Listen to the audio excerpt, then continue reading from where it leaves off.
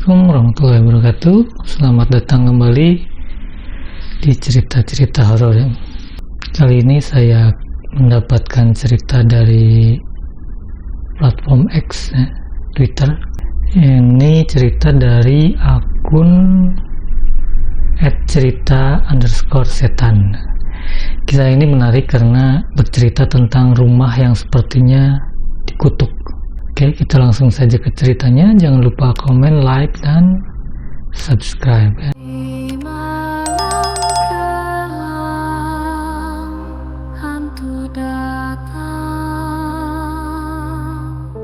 Nah, menurut cerita dari warga, dulu di rumah itu pernah ada tragedi pembunuhan yang dilakukan oleh beberapa orang dan didalangi oleh adik kandung yang punya rumah. Dan dia berhasil menghabisi dengan cara dia sembelih tepat jam 12 malam di dalam kamar. Jadi adiknya itu yang bunuh kakaknya. Dia meninggal, namun dia sempat bersumpah mereka menghabisi nyawa si pemilik rumah karena sudah tidak tahan dengan kelakuan dan kejahatan yang dilakukan si punya rumah ini kepada warga sekitar, termasuk pada keluarganya sendiri. Nah, lalu si pemilik rumah berhasil dihabisi setelah direncanakan begitu lama, karena si pemilik rumah itu punya banyak ilmu katanya. Makanya yang ikut terlibat tidak cuma 1 atau 2 orang saja, tapi banyak orang. Dan ketika sudah berembuk dan menentukan waktu yang tepat, berdasarkan anjuran dari orang-orang yang tahu ilmu kebatinan, di malam kelahirannya dari orang yang punya rumah itu menjadi malam tragisnya. Tapi dia sempat bersumpah ketika sebelum dia mati, dan sumpahnya ini benar-benar terbukti saat pertama kali ada sepasang suami istri yang menempati rumah bekas dia itu, dan mereka ditemukan meninggal dengan cara gantung diri di kamar. Lalu disusul 1 tahun kemudian, ada seorang pemuda yang sengaja bekerja di situ. Dia meninggal gantung diri di kamar itu juga. Oke, langsung saja kita ceritanya. Cerita ini mengisahkan tentang 2 orang yang mengalami kejadian tragis ketika merantau untuk bekerja.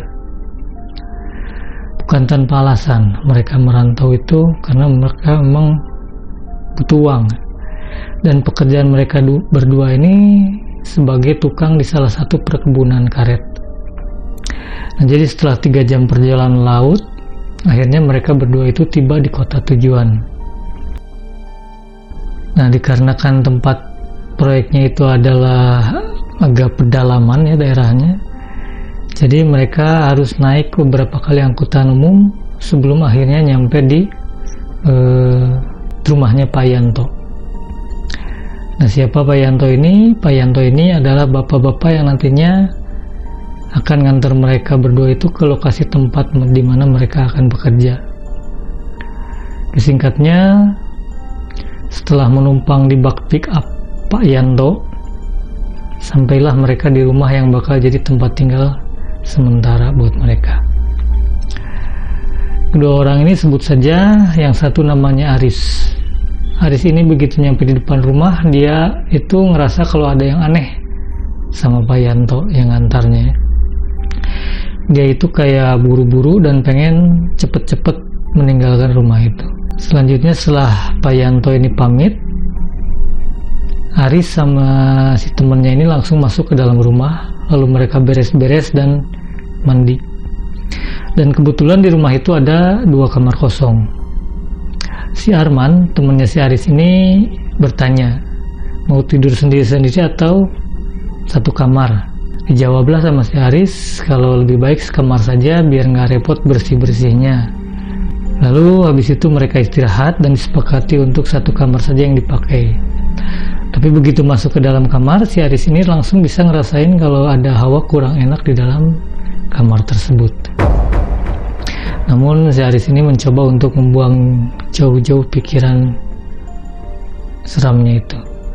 Takutnya kalau dipikirkan nanti bakal benar-benar kejadian. Nah, besok paginya ketika Arman sama Aris ini mau cari sarapan, tiba-tiba ada tamu yang datang membawa keranjang berisi bahan pokok makanan ya. Mereka itu bingung karena sebelumnya yang bakal nganter barang-barang itu katanya Pak Yanto. Tapi yang datang malah orang lain. Dan ketika ditanya kepada pengantar barang ini kemana Pak Yanto, si bapak ini malah kayak orang ketakutan sambil matanya jelalatan ngeliatin rumah yang ditinggalin oleh Arman dan Aris ini. Lalu si bapak-bapak ini buru-buru pamit dan pergi. Nah, karena kejadian itu si Aris ini jadi mikir, sudah ada dua orang yang bertingkah aneh ketika melihat rumah yang mereka tinggali. Yang pertama Pak Yanto, dan yang kedua adalah orang yang mengantar makanan tadi. Terus si Aris ini bilang ke Arman, kayaknya di rumah ini ada yang tidak beres, karena mereka sudah lihat dua orang yang kayaknya ketakutan setelah melihat rumah tersebut. Nah, namun karena si Arman ini orangnya nggak percayaan sama hal-hal mistis, dia itu mengabaikan dan meminta Aris buat jangan mikir yang aneh-aneh. Kita fokus bekerja saja di sini. Nah, kebetulan sore itu mereka berdua ke rumahnya Pak Yanto, berbincang-bincang di sana, membicarakan masalah pekerjaan. Dan pas di sela-sela obrolan itu, si Aris ini bertanya tentang rumah tersebut. Nah, tapi anehnya jawaban Pak Yanto ini kurang mengenakan lah ya. Seolah-olah Pak Yanto itu agak males membahas tentang rumah itu dan malah minta Aris dan Arman segera buat balik karena udah malam. Ya sudahlah, akhirnya mereka berdua pulang. Nah, di tengah-tengah perjalanan sebelum nyampe ke rumah, mereka berdua itu sempat ketemu sama orang atau bapak-bapak yang tinggal di sekitaran situ. Dan mereka sempat ngobrol karena si bapak itu baru pertama kali ngelihat Arman dan Aris. Si bapak itu nanya rumahnya di mana, lalu mereka jelaskan lah kalau mereka itu tinggal sementara di rumah yang mereka tinggali sekarang. Nah, terus si bapak itu malah agak kaget dan menyarankan mereka berdua untuk pindah dari rumah itu. Tapi karena mereka berdua itu cuman perantau dan cuman rumah itu juga jadi rumah tempat tinggal sementara mereka, ya jadi mereka nggak bisa berbuat apa-apa. Nah, tak lama setelah itu mereka pamit pulang. Nah, tapi begitu masuk rumah, si Aris ini lagi-lagi ngerasa ada hawa aneh. Aris ini juga sempat ngelihat kalau ada bayangan seseorang yang lagi duduk di ruang tamu. Tapi pas Arman nyalain lampu ruangan, tiba-tiba bayangan orang duduk itu hilang begitu saja. Awalnya Aris ini mau cerita ke si Arman, tapi nggak jadi. Di situ Arman sama Aris sempat ngobrol sebentar sambil sebat ya. Mereka ngerokok di ruang tamu. Dan gak lama kemudian si Arman ini pamit mau tidur duluan. Nah, karena si Aris ini merasa seram, gak mau sendirian di ruang tamu, si Aris ini juga buru-buru masuk ke kamar. Tapi pas dia matiin lampu ruangan, dia itu ngelihat ada lagi bayangan orang lagi duduk di kursi sambil menghadap ke arah pintu. Nah, ngelihat itu si Aris ini langsung takut dan langsung cepat-cepat masuk ke kamar. Setelah itu si Aris ikut tidur, tapi tak lama kemudian si Aris tiba-tiba terbangun. Dia itu mendengar ada suara orang yang menengus dan ngorok di sampingnya. Dan pas dia menoleh ke samping, ya itu si Arman yang lagi tidur. Nah, tapi anehnya di situ suara dengkurnya tiba-tiba hilang. Tapi diganti sama Aris, dia mencium aroma seperti besi, seperti darah. Nah, ngerasa kalau ada yang gak beres, si Aris ini langsung buru-buru narik dan nutupin tubuhnya pakai selimut. Pokoknya malam itu dia berharap cepet-cepet bisa tidur.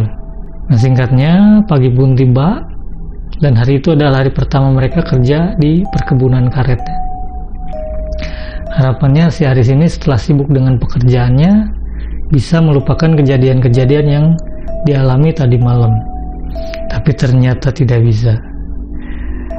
Masalahnya, di pas jam istirahat, si Arman sama si Aris ini ketemu sama bapak-bapak yang umurnya sekitar 60-an lah di kantin perkebunan ketika mereka mau makan.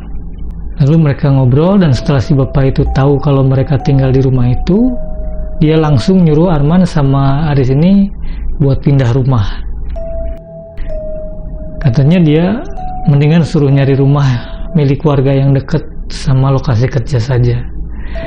Dan si bapak itu juga bilang kalau dia kasihan sama Arman dan Aris ini. Kasihannya kenapa?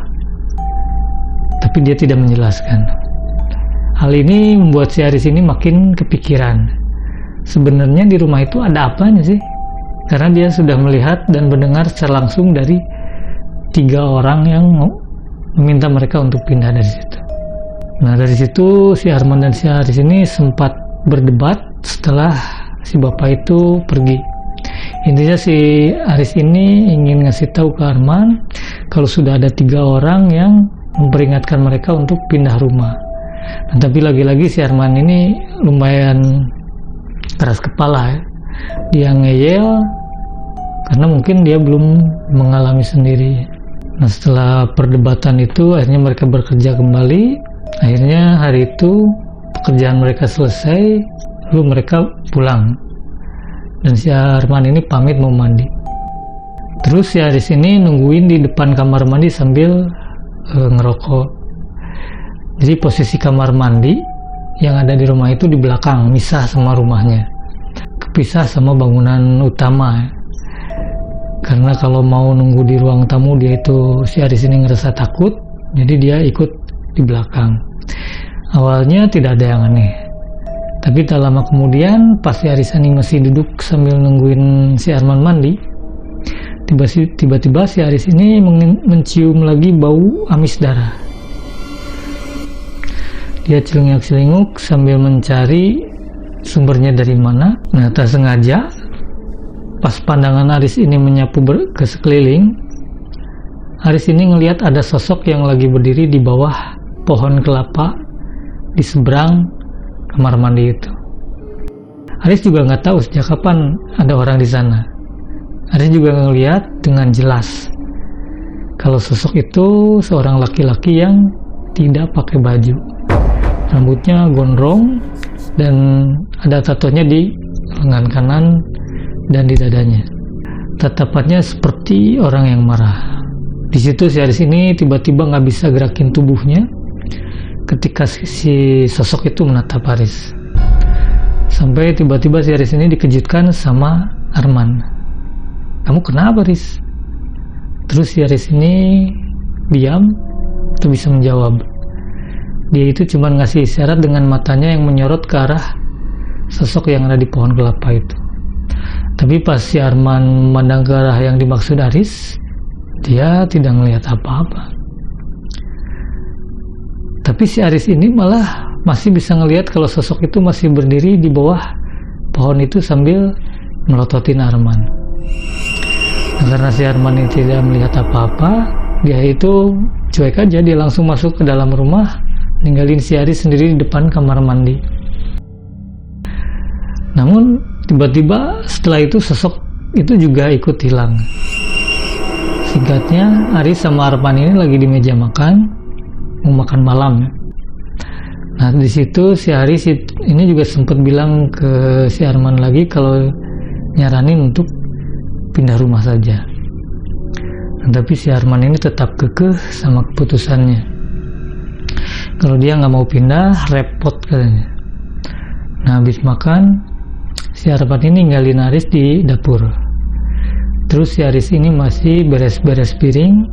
Tiba-tiba, tak lama dari situ, si Aris ini dengar ada suara benda jatuh dari arah kamar. Awalnya Aris ini mikir mungkin si Arman yang menjatuhkan sesuatu. Tapi sedetik kemudian Aris dengar lagi suara benda itu jatuh. Tapi ini dibarengi sama si Arman yang teriak-teriak. Nah buru-buru tuh si Aris nyamperin Arman ke kamar. Begitu masuk, si Aris ini ngelihat si Arman sudah duduk di lantai sambil senderan di depan kasur. Wajahnya terlihat pucat, tubuhnya gemeteran, dan tatapannya itu kosong ngarah ke arah barang-barang yang sudah berserakan jatuh. Tapi bukan itu yang bikin si Arman ini ketakutan, tapi sosok laki-laki yang berdiri di samping lemari. Sosok laki-laki yang pernah Aris lihat sebelumnya. Nah di situ si Aris juga sama ketakutannya. Terus agak lama kemudian sosok laki-laki itu ngomong, "Kalian sudah berani tidur di ranjangku." Lalu sosok itu melotot ke arah Arman sambil bilang kalau Arman sudah berani menghinanya. Mereka bingung, menghina dalam hal apa? Di situ Aris dan Arman juga tak paham maksudnya. Terus agak lama kemudian sosok itu mendekati si Arman, terus membenturkan kepalanya ke pojokan dipan kayu itu sampai darah keluar kemana-mana. Nah di situ pas kepalanya Arman dibentur-benturkan oleh si makhluk itu, si Arman ini diam saja, tidak teriak-teriak. Dia cuma diam tapi dia menangis. Habis itu gelap. Aris sama Arman dua-duanya pingsan. Lalu Aris baru sadar di ruangan sudah banyak orang. Aris agak lega karena dari salah satu orang yang ngumpul itu, yang duduk di sebelahnya itu bapak yang dia kenal di kebun. Nama si bapak ini Pak Wasis. Nah si Pak Wasis ini bersyukur kalau si Aris sudah sadar. Setelah si Aris ini sudah benar-benar tenang, barulah dia bercerita kejadian yang mereka alami. Sampai si Aris ini nangis pas cerita karena dia benar-benar takut. Dan di situ Aris juga nanya ke si Pak Wasis ini, "Arman di mana, Pak?" Dijawablah sama si Pak Wasis ini kalau si Arman belum sadar, dia masih pingsan. Terus Pak Wasis juga nyaranin Aris untuk tinggal sementara di rumah dia. Nah menurut cerita dari si Pak Wasis ini, dulu di rumah itu pernah ada tragedi pembunuhan yang dilakukan oleh beberapa orang dan didalangi oleh adik kandung yang punya rumah. Orang itu namanya Hendarto. Mereka menghabisi nyawa Hendarto karena sudah tidak tahan dengan kelakuan dan kejahatan yang dia lakukan pada warga sekitar, bahkan termasuk pada keluarganya sendiri. Nah lalu si Hendarto itu berhasil dihabisi setelah mereka berencana lama, karena katanya Hendarto itu punya banyak ilmu. Makanya ketika terjadi pembunuhan itu tidak cuma satu atau dua orang saja yang terlibat, tapi banyak orang, dan mereka menentukan waktu yang tepat berdasarkan dari anjuran orang-orang yang tahu ilmu kebatinan. Dan waktunya itu adalah di malam hari kelahiran dari Hendarto ini. Hendarto akhirnya berhasil dihabisi dengan cara disembelih tepat tengah malam di dalam kamar itu ya. Tapi sebelum Hendarto menghembuskan nafas terakhirnya, dia sempat bersumpah dia bakal mencari korban lagi untuk orang-orang yang mencoba untuk tinggal di rumah itu. Dan ternyata sumpah Hendarto benar-benar terbukti saat pertama kali dulu ada sepasang suami istri yang menempati rumah itu, dan mereka ditemukan meninggal dengan cara menggantung diri di dalam kamar itu, tepat di mana si Hendarto ini dieksekusi oleh adik dan orang-orang yang ikut membunuhnya. Lalu disusul 1 tahun kemudian ada seorang pemuda yang sama seperti Aris dan Arman yang juga bekerja, sama juga meninggal karena gantung diri juga di kamar itu. Nah sejak hari itu Aris tidak pernah lagi mau lihat apalagi masuk ke rumah itu. Sementara Arman yang sudah sadar, dia terlihat agak linglung, sering nangis dan teriak-teriak sendiri. Bahkan Arman sempat membentur-benturkan kepalanya tanpa sebab.